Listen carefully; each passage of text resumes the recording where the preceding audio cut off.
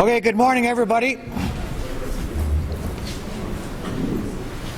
First of all, I'd like to take this opportunity to welcome everybody. I know we have a little bit of a smaller crowd today, but I do want to relay that this press conference is really to be able to give out information to the media, which in turn can get it out to the public as it relates to the fire. I know there is people here today who have individual concerns about their property or getting back to their property. And again, we have people in the audience, whether that's M&R or OPP, and OPP is on their way in here this morning, that can answer those questions specifically, but it's not for a public question back and forth. But again, I thank you for coming, and again, I want to thank the media for being here today, because as I say at every media conference, without you, we would not be able to get the proper information out. I also want to say that we do have some M&R Rangers here.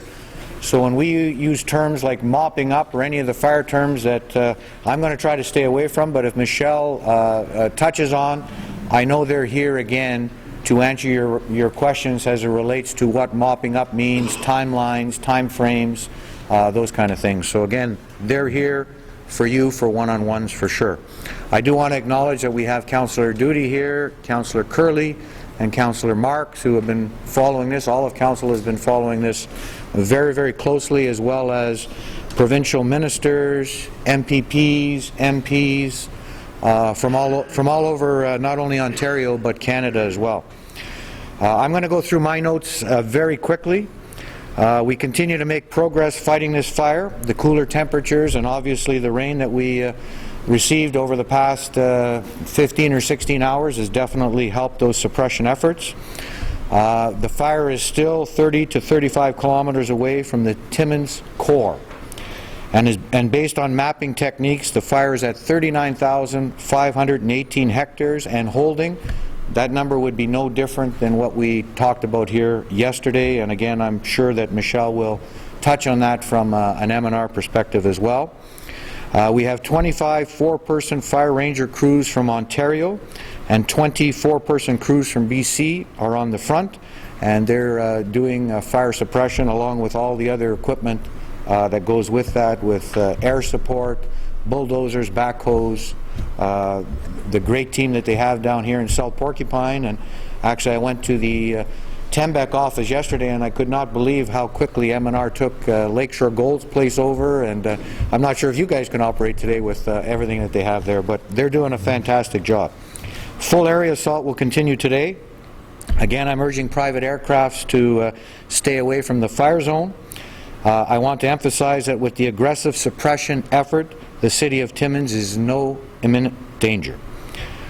This morning, I just signed it at 10 o'clock. We are lifting the state of emergency for the City of Timmins. So that has now been lifted.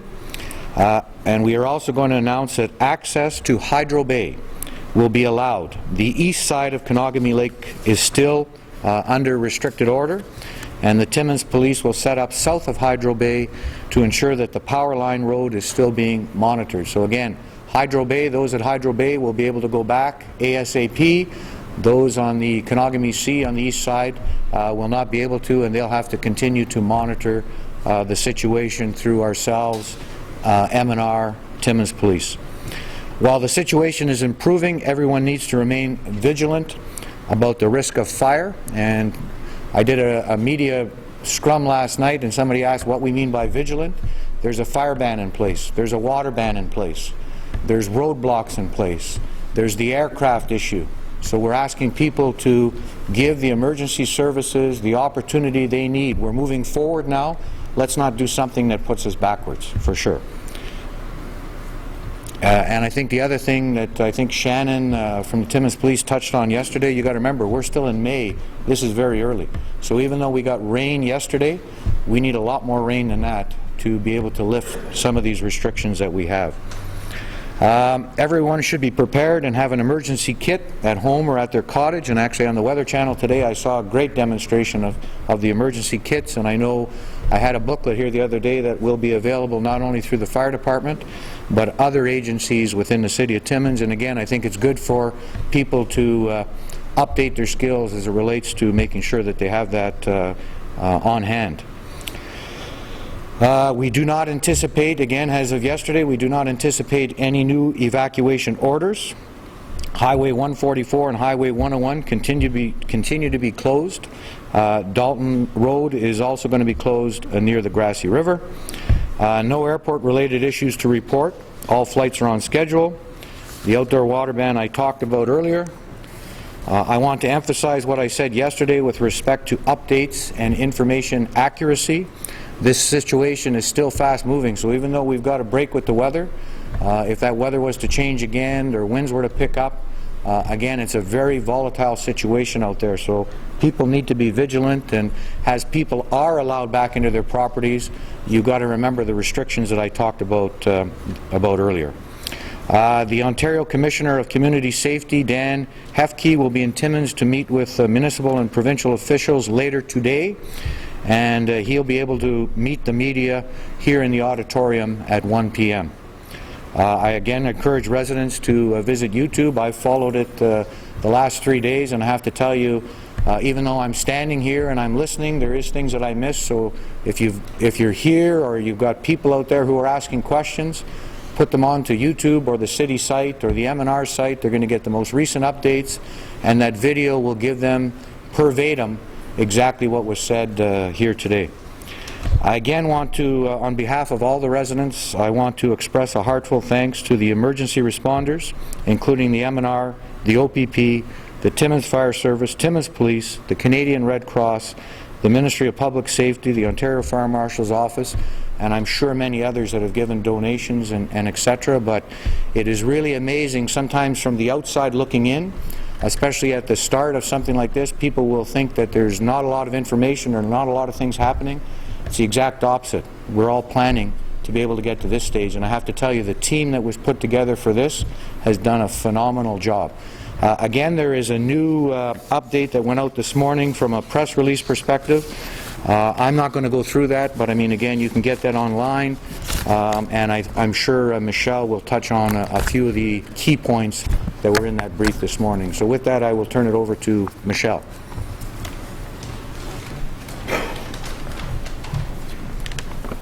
Thank you, Mayor, and not really much to add this morning. So on behalf of the Ministry of Natural Resources, I would just like to extend our deep gratitude and thanks to all of the public agencies, the people of the City of Timmins, and all members of the public, and everyone involved in this, people helping, people on the ground. We just want to extend our gratitude for your patience and your hard work to all of the Red Cross and all the folks working and volunteering their time.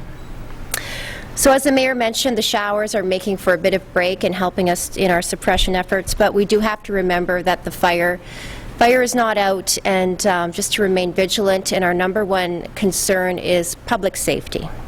Therefore, the restricted fire zone emergency area order are in place, and access to Highway 144 and 101 are still restricted.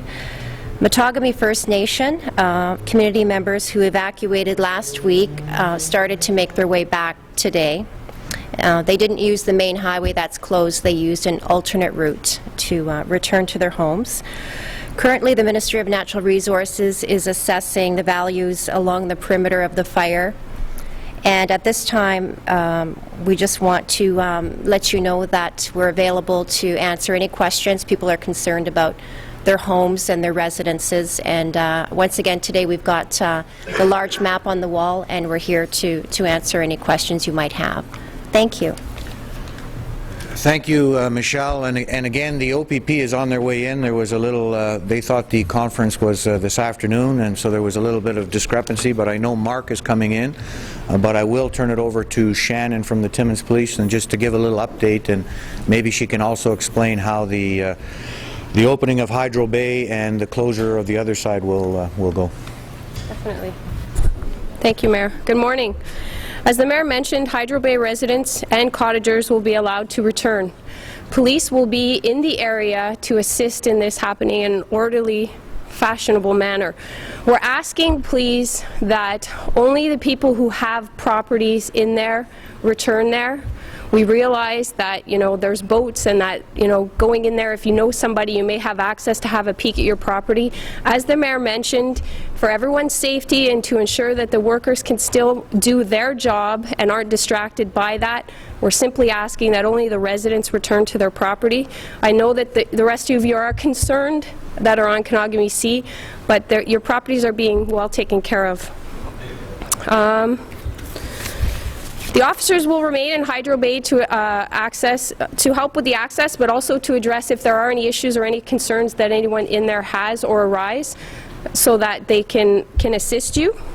The roadblock will be moving to the entrance of the Kanagami Cottagers Road. So anybody who's familiar with getting to your cottage on the east side of Kanagami Sea, that's where the roadblock will be. It's the closest point that cuts off some of the other major access routes. We realize that there will be some back roads and trails and things like that. We're asking that you please respect the bans that are in place and make our job easy by not trying to get in that way, and respect everyone's property as well.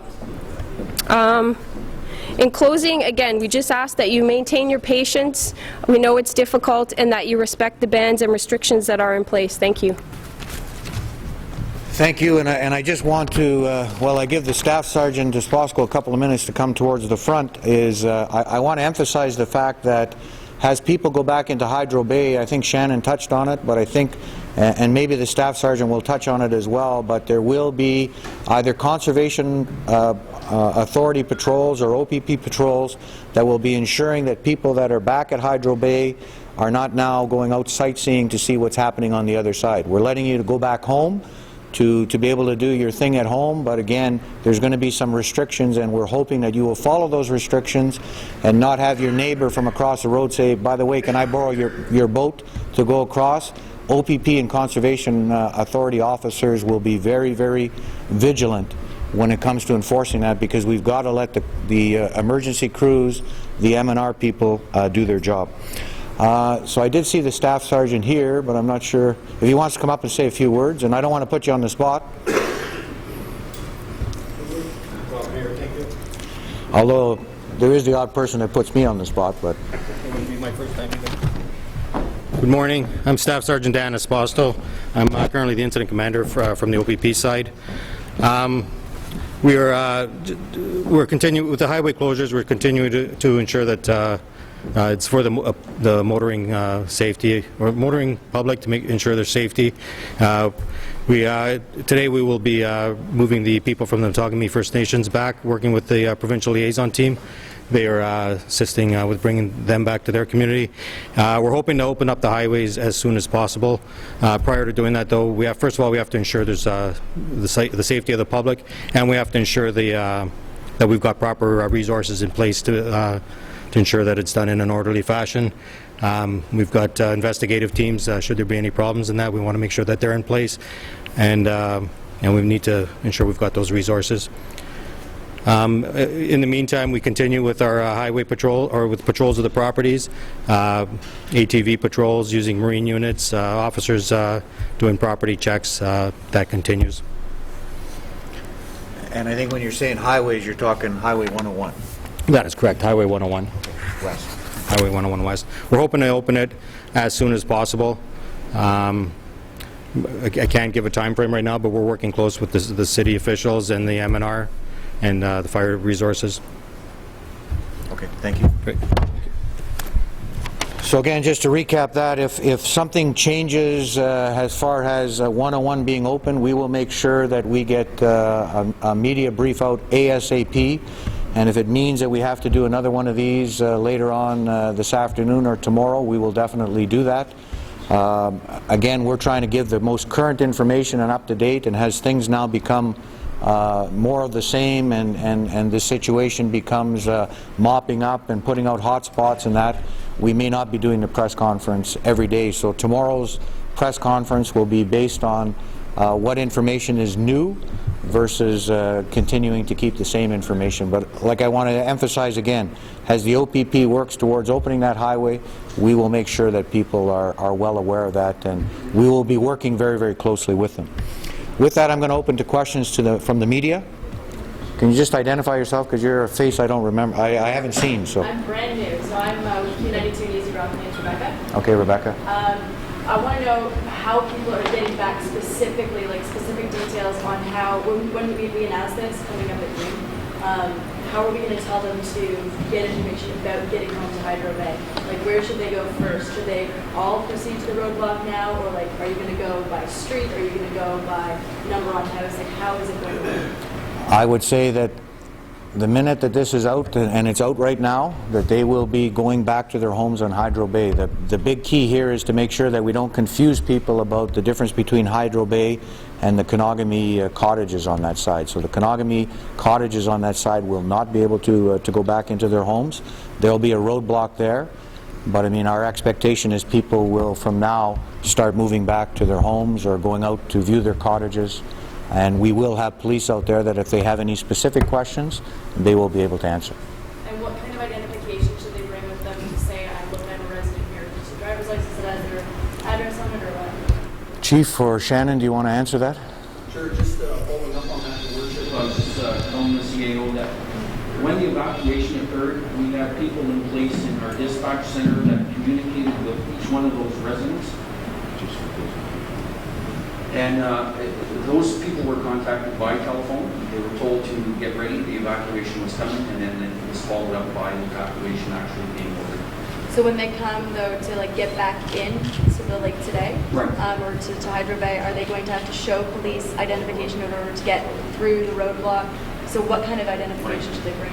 Probably a driver's license would suffice, but certainly the officers who are going to be there the are Hydro aware Bay area. of who the residents are. We have a good knowledge of who's living out there. Yeah. Okay.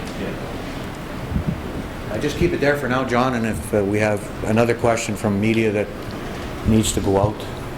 What I will do while you guys are thinking another question, the Rangers have asked to be able to say a few words, so I don't think I can get all four of you on here, but at least you can introduce your partners, and if you want to say a few words, you got to stand here. Because you're all very, look good on camera, so. On that side. And you got to speak loud enough. Thank you very much. We're just a typical Type 1 initial attack unit crew. We've been dispatched from Sioux Lookout to come and assist in the Timmins area and Eastern Ontario in general, and I'll introduce my crew to you now. This is Max Robert. He grew up south of here, just near North Bay. He's my senior crew member on the crew. This is Kyle Gilholm. It's his first year, and he's kind of starry-eyed still. This is Ebony Griffin. It's her second year, and these two are my crew members, and my name's Robert Manning, and I'm the crew leader. I have some numbers for you from the ministry and an update. I indirectly spoke with the incident command team leader, Gary Harland, and he just wanted you to know that the priority areas on the fire today are establishing hose lines along the northeast and south, mostly around the values. They're attempting to maintain the structures, and I think they're having a good show of it with the weather today, helping them out a lot. The jump fires on the east side of Lake Kenogami are also a high priority right now, and securing the entire fire perimeter, which is going to take a lot more rain and a lot more assistance from Mother Nature and a lot more time. In total, there's 45 crews. I think you mentioned that. There's two 20-person crews from BC presently working on the south end of the fire, two